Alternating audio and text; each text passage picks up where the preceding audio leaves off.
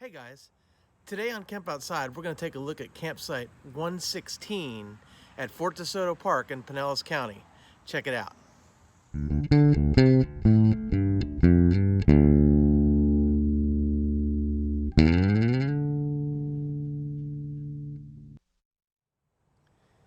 Hey guys, I'm Kevin with Camp Outside, your inside source for all things outside. Today, I'm excited to show you some campsites at Fort DeSoto Park in Pinellas County, Florida. But before I do that, please hit that subscribe button if you like what you see, and hit that little bell icon that notifies you when we release new videos, and also hit that like button for me. So as I said, we are releasing campsite videos from Fort DeSoto.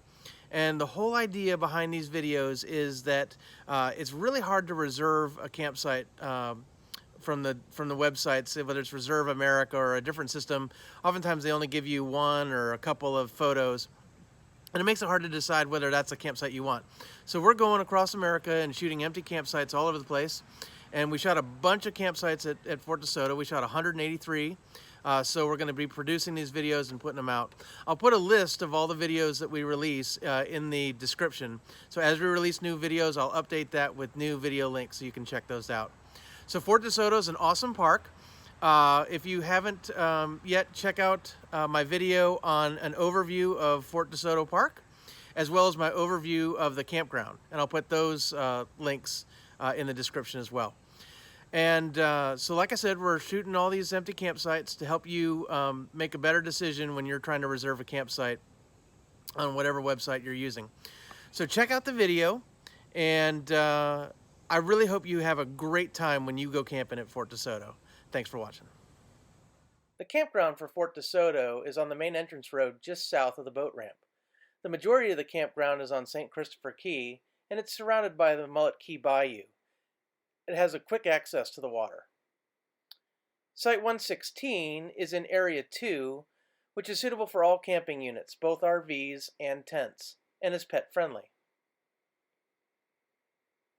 Just out of the back of campsite 116 is restroom number 4 and the playground, so you have very close, easy access to the playground, to the restroom, and to a laundry facility.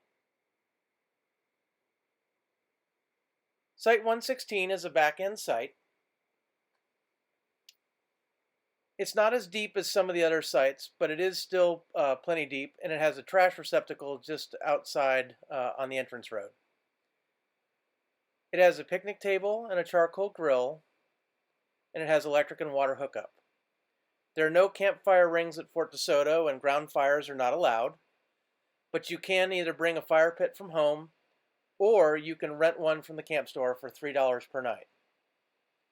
It has a water view, which is nice. There's the electric and water hookup. And there's a path running behind the campsites on this row that's really nice for biking and walking. There's the restroom, and just beyond that is the playground.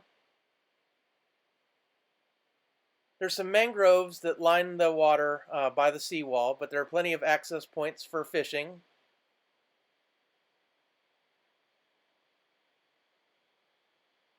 It's pretty secluded. There's enough vegetation on each side to avoid seeing your neighbors.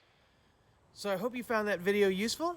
If you did, please again hit that subscribe button and that like button, and please connect with us on our other social media. We're on Facebook, LinkedIn, Instagram, and Twitter. I'll put a link to all of those in the description.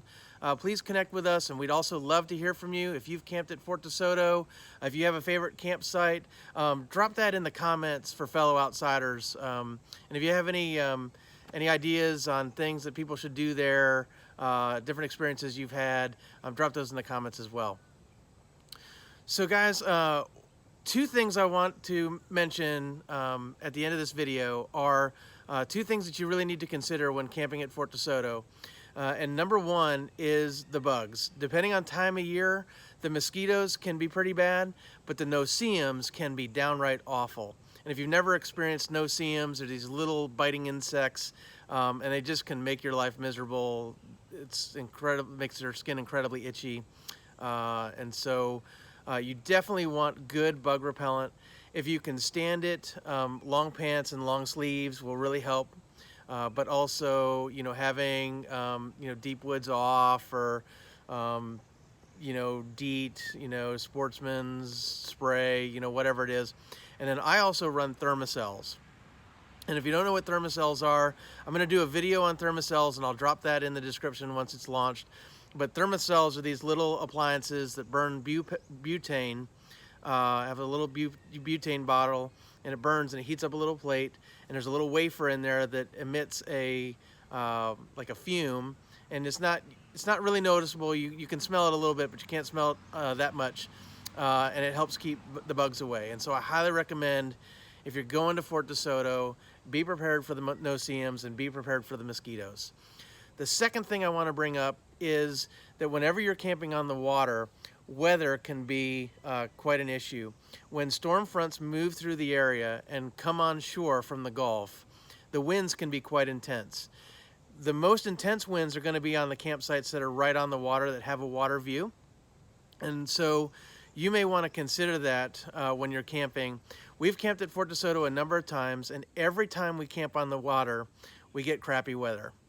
And so the wind has been really intense, and that's been a struggle for us. So if you're going to go to Fort DeSoto, and especially if you're camping in a tent, you need to make sure that you have the appropriate guy lines to guy out your tent, to make sure that it can withstand even 20-30 mile an hour winds, because it can be pretty intense and sustained.